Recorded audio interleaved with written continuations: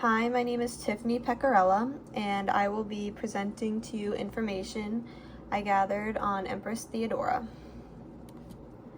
Who was she? She was a 6th century Byzantine empress and was married to Emperor Justinian I. She was an early advocate for women's rights. She advocated for religious freedom. Most importantly, she fought for persecuted Miaphysites.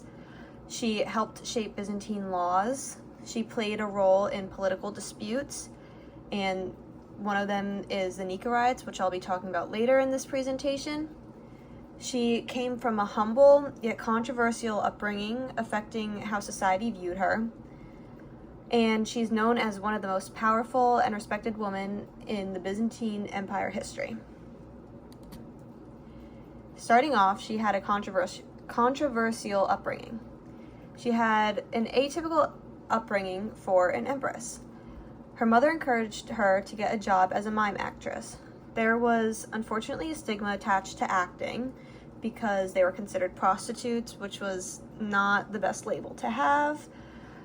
People questioned her integrity as a person because of her job. She could never escape how society viewed and labeled her. However, her humble early life contributed to her leadership skills when she grew older and allowed her to excel in times of stress. She could read and write eloquently, which was uncommon for a woman at the time. Her marriage to the heir, Justinian, was originally illegal as nobles couldn't marry actresses. However, he fought to appeal it, allowing them to become emperor and empress.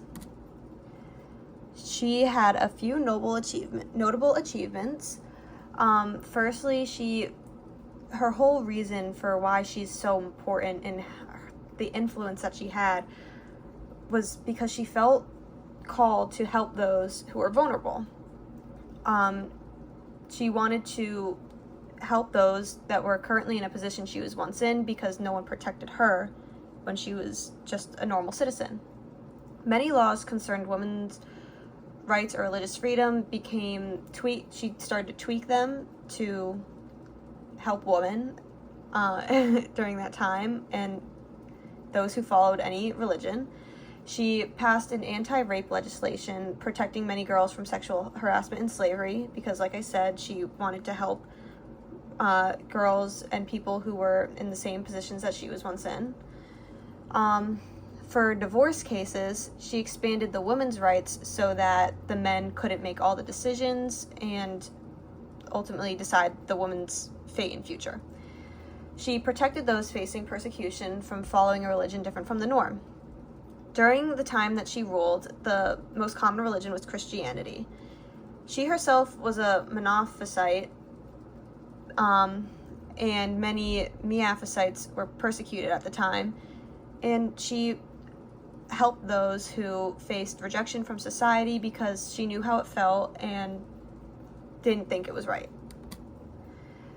Like I mentioned before, the Nicorites. She was most known for her political influence during the Nicorites in 532 AD. Her husband, Emperor Justinian, typically involved her in many political decisions as he really respected her opinion on them.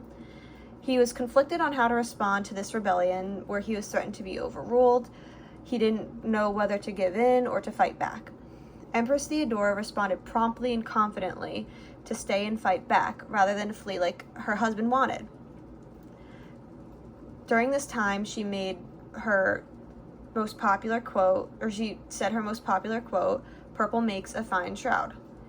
This means that she'd rather die trying than to just give up, and that was a very noble and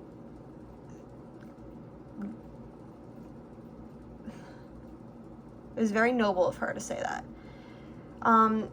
She can be depicted as promoting violence, but it's still impressive her husband included her and supported her in decisions in a situation as serious as this one, considering many women at the time had very limited rights. So this is very important. Why this is relevant to the course. She shares similarities with Confucius.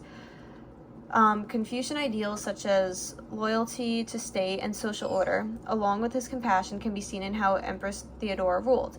Her humble yet controversial upbringing can relate to Confucianism, as its goal is to promote a moral character, social harmony, and value relationships.